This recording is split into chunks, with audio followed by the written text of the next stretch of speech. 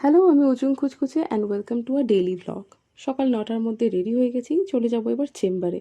৯টার রোদেই এখন গায়ে ছ্যাঁকা লাগছে, না জানি বৈশাখ জ্যৈষ্ঠতে কী অবস্থা হবে। কাল থেকে অলরেডি ৫৮টা নাম পড়ে গেছে, তার মানে পেশেন্টের চাপ আজকে হবে ভালোই। কিন্তু তবুও 11:30টায় পেটের টান পড়তেই আগে মনে হয় পেহলে পেট পূজা ফের কাম দুজা।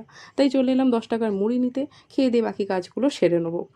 দুপুর 2টোর সময় বাড়ি ফেরার সময় দেখি ৭২টা নাম হয়ে গেছে, তার মানে আজ ৮০ তো হবেই।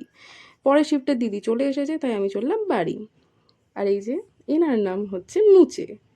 আজ দুপুরে খেয়ে দিয়ে ঘুমিয়ে পড়েছিলাম বলে মাথাটা ভীষণ ধরে আছে, তাই মা আর আমার জন্য বানিয়ে নিলাম এখন চা। আর এই চা নিয়ে আমি বসে পড়েছি এখন এই বইটা পড়তে। এটার নাম হচ্ছে নীলঘূর্ণি বা সুচিত্রা ভট্টাচার্য। গল্পটা ভীষণই সুন্দর। তারপর ডিনার সেরে মায়ের সাথে দেখতে বসেছি ম্যাচ। আর আজকের জন্য এইটুকুই। See you in the next blog.